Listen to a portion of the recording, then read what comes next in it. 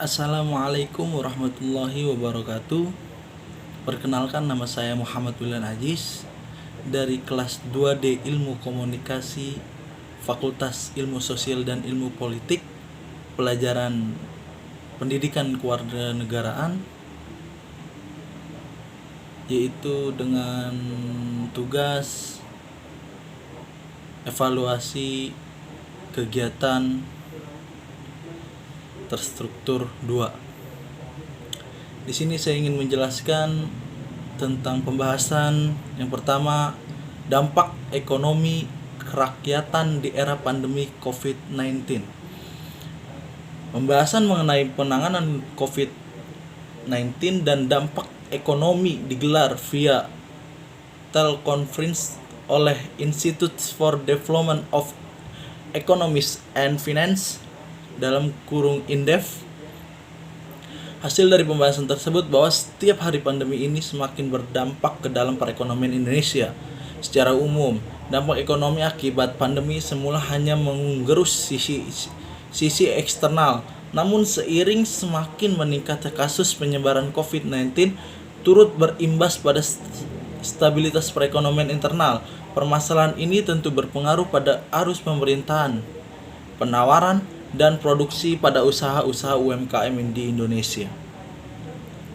Permasalahan yang dialami pelaku UMKM sangatlah beragam. Mereka mengeluhkan berbagai dampak pandemi, di antaranya penjualan menurun, kesulitan bahan baku, distribusi terhambat, kesulitan pemodal, serta produksi yang terhambat. Kesulitan yang dialami oleh sektor bisnis selama pandemi turut dirasakan oleh perusahaan-perusahaan besar, sehingga berimbas pada pemutusan hubungan kerja atau PHK pada karyawan-karyawan agar menjaga stabilitas arus kas keuangan perusahaan. Kondisi semacam ini akan semakin memperarah kesejahteraan masyarakat jika tidak ada langkah yang tepat dan bijak dari pemerintah. Yang kedua, saya ingin menjelaskan tentang strategi pengembangan ekonomi kerakyatan di era pandemi COVID-19 ini. Ada beberapa langkah atau upaya yang harus diperhatikan dalam merealisasikan untuk mengembangkan ekonomi kerakyatan di tengah pandemi COVID-19, yaitu 1. Perlu dilakukan identifikasi mengenai potensi dan pengembangan usaha terhadap pelaku ekonomi seperti koperasi, usaha kecil, mikro menengah, petani dan kelompok tani. 2. Melakukan program pembinaan terhadap pelaku-pelaku usaha melalui program pendamping. 3. Program pendidikan, pelatihan sesuai dengan kebutuhan mereka pada saat mengembangkan usaha. Yang 4, koordinasi dan evaluasi kepada yang terlibat dalam proses pembinaan, baik pembinaan terhadap permodalan, SDM, pasar, informasi pasar, maupun penerapan teknologi. Sedangkan agenda sistem ekonomi kerakyatan di tengah pandemi COVID-19 yang lainnya yang dapat diterapkan adalah 1. Sumber daya ekonomi yang semakin dikembangkan aksesnya. Pelaku ekonomi rakyat tentunya harus bisa mengakses sumber daya ekonomi seperti modal, bahan baku, dan informasi. Mekanisme pemberian kredit dan penerapan bunga harus memastikan untuk tidak mendiskriminasi pelaku ekonomi rakyat.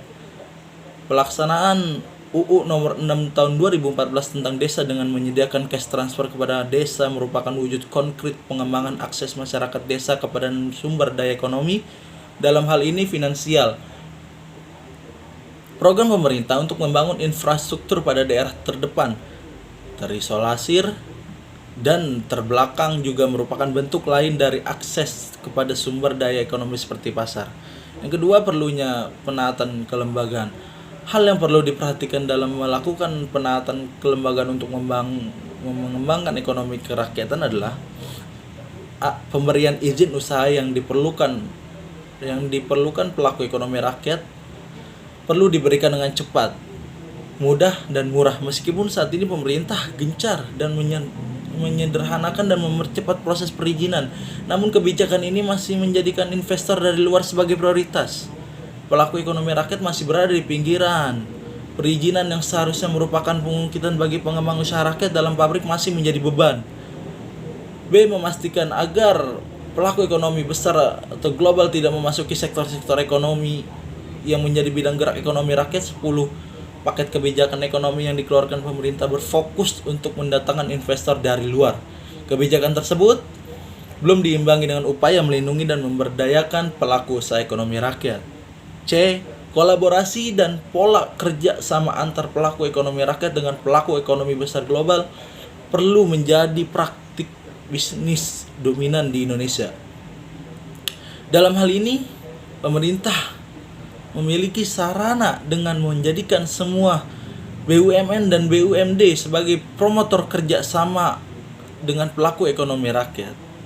Nah, lanjut yang nomor 3, peninjauan kembali prioritasasi mengenai pendidikan. Peninjauan kembali mengenai pendidikan yang dimaksud adalah pendidikan kejuruan yang sesuai kebutuhan menjadi prioritas pengembangan suatu, khususnya pada daerah-daerah dengan sumber daya tertentu. Sebagai contoh, daerah dengan potensi sumber daya perikanan perlu dikembangkan pendidikan kejuruan kelautan dan perikanan. Sementara daerah dengan potensi hutan perlu mengembangkan pendidikan jurusan industri kayu dan pengolahan hasil hutan non-kayu. Pada sisi lain, pendidikan umum khususnya pada disiplin ekonomi dan manajemen perlu mengembangkan pemahaman dan konsep ekonomi rakyat. Untuk itu studi, pemodelan dan teoritisasi ekonomi rakyat perlu dilakukan oleh para akademisi. Yang keempat, perlunya pengembangan kapasitas. Mampu bersaingnya pelaku ekonomi rakyat dengan pelaku ekonomi global di era sekarang ini, pengembangan kapasitas sehingga dapat melaksanakan kegiatan ekonomi yang efisien dan produktif menjadi keharusan.